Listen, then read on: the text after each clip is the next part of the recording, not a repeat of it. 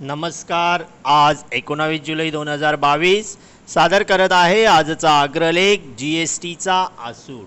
5 वर्षांपूर्वी 1 जुलै 2017 रोजी देशासाठी समान अशी वस्तू आणि सेवा कराची प्रणाली GST अंमलात आली.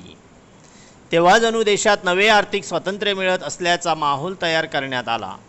मध्यरात्री खास कार्यक्रम करण्यात आला. ही GST कल्पना जुनीच असली तरी विरोधात असताना विरोध आणि सत्तेत आल्यावर समर्थन असा चमत्कारही काहींनी करून दाखविला.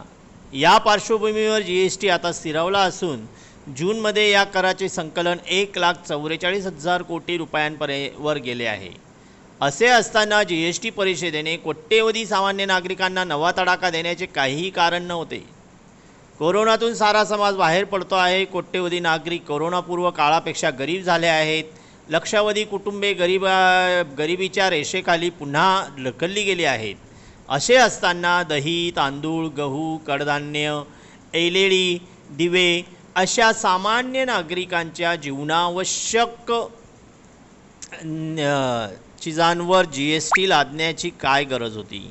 केंद्र सरकार याबाबत असंवेदनशील वागत असून संसदेच्या चालू अधिवेशनात विरोधकांनी जोरदार जाब विचारायला हवा. सोमवारी राज्यसभेत काँग्रेसने हा मुद्दा उपस्थित केला तेव्हा कामकाज स्थगित करण्यात आले. मात्र दोन्ही सभागृहांमध्ये विरोधकांनी एकत्र येऊन सरकारला पुन्हा धारेवर धरण्याची गरज आहे.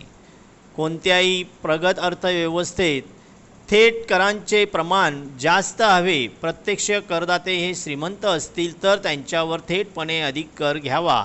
अप्रत्यक्ष करांचे प्रमाण तुलनेने कमी असावे. याचे कारण गरीब आणि मध्यमवर्ग कोणतीही वस्तू खरेदी करतो तेव्हा अप्रत्यक्ष करांमुळे त्याच्या खिशावरचा बोजा वाढत जातो.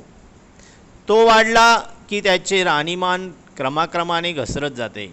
मोदी सरकारला सत्तेत येऊन 8 वर्ष झाली तरी प्राप्तिकर भरणारे व्यक्ती आणि कंपनी कर भरणाऱ्या कंपन्या यांची एकत्रित संख्या केवळ 8,22,00,000 आहे. ही आकडेवारी अर्थमंत्र्यांनीच संसदेत दिली. एकीकडे 40 कोटींचा मध्यमवर्ग असल्याचा टेंभा मिरवायचा आणि दुसरीकडे लोकसंख्येच्या 10% नागरिकांकडून प्रत्यक्ष कर वसूल करायचा नाही, हे केंद्र सरकारचे काम फार मोठे अपयश आहे. या अपयशावर थेट बोट ठेवण्याचे मुख्य कारण म्हणजे प्रत्यक्ष कर वसुलीतून येणारे हे अपयश केंद्र सरकार अप्रत्यक्ष करांमध्ये वाढ करून झाकते आहे. GSTचे जाळे सतत वाढवत न्यायचे. 5% वस्तू 12 आणि 12% वस्तू 18% न्यायचा असा खेळ GST परिषद खेळते आहे. यातून देशात काळ्या बाजारात आपण प्रोत्साहन देतो आहोत याचेही भान सरकारला उरलेले नाही. GSTची नोंद आणि परिपूर्ती न करण्याची शेकडो उदाहरणे उजेडात येत आहेत. सरकारने ही कर रचना परवडणारी ठेवली नाही तर देशातील काळा बाजार कधीही संपणार नाही. GSTवर चर्चा झाली तेव्हा वैद्यकीय सेवा आणि उपकरणे यांना GSTमधून वगळावे अशी सूचना पुढे आली होती. तसे करणे शक्य नसेलही. मात्र आता सरकारने रुग्णालयांमधील रुग्णखाटांवर जो GST बसविला आहे तो तर्कदृष्ट आहे. रुग्णालये आधीच बहुतेक सगळ्या वस्तूंवर GST भरत असतात तेव्हा रुग्णखाटांच्या बिलातही नव्याने GST कशाला? हा GST रुग्णालय कोणाच्या खिशातून भरणार? मोठ्यांचं काय? मध्यम शहरांमध्येही अपघाती किंवा इतर गंभीर आजारांचे रुग्ण भरती होतात तेव्हा रोज हजारो रुपयांचे बिल होते. तेव्हा 18% कर केवळ महाग रुग्णशय्यांवर असेल हा सरकारी बचाव निरर्थक आहे. शिवाय 1,000च्या आत रोजचा आकार असणाऱ्या रुग्णशय्यांवरही GST आला आहेच. मग या रुग्णशय्या गरीब वापरत असतील तर त्यांना तरी निदान करातून सोडायला हवे होते. कोणताही अप्रत्यक्ष कर कुणीही स्वतःच्या खिशातून भरत नाही.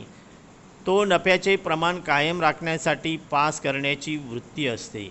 ती अयोग्यही नाही. मात्र यातून अनिष्ट महागाईचे दृष्टचक्र सुरू होते. या दृष्टचक्राचा सर्वात जास्त आणि जीवघेणा फटका समाजाच्या तळाशी अंगमेहनत किंवा रोजंदारी करून जगणारा जो वर्ग असतो त्याला बसतो. अन्नधान्य, पीठ किंवा कडधान्य ही ब्रँडेड आणि पॅकेटबंद असतील तरच GST घेतला जाईल असे सरकारने म्हटले आहे. मात्र एकीकडे कृषी आधारित उद्योगांना चालना द्यायची आणि दुसरीकडे गूळ, डाळी किंवा धान्यांवर कर बसवायचा. यातून शेतकऱ्यांना तरी काय मदत होणार आहे? आज देशात दुग्ध व्यवसाय घोर संकटात आहे. याकडे दुर्लक्ष करून दही, लस्सी यांच्यावरही GST बसविला आहे. पुढची GST परिषद होईल तेव्हा भारतीय नागरिक श्वासातून घेत असलेल्या हवेवर आणि पीत असलेल्या पाण्यावर GST लादला जाणार नाही अशी अपेक्षा आहे. धन्यवाद. सौजन्य, महाराष्ट्र टाइम्स.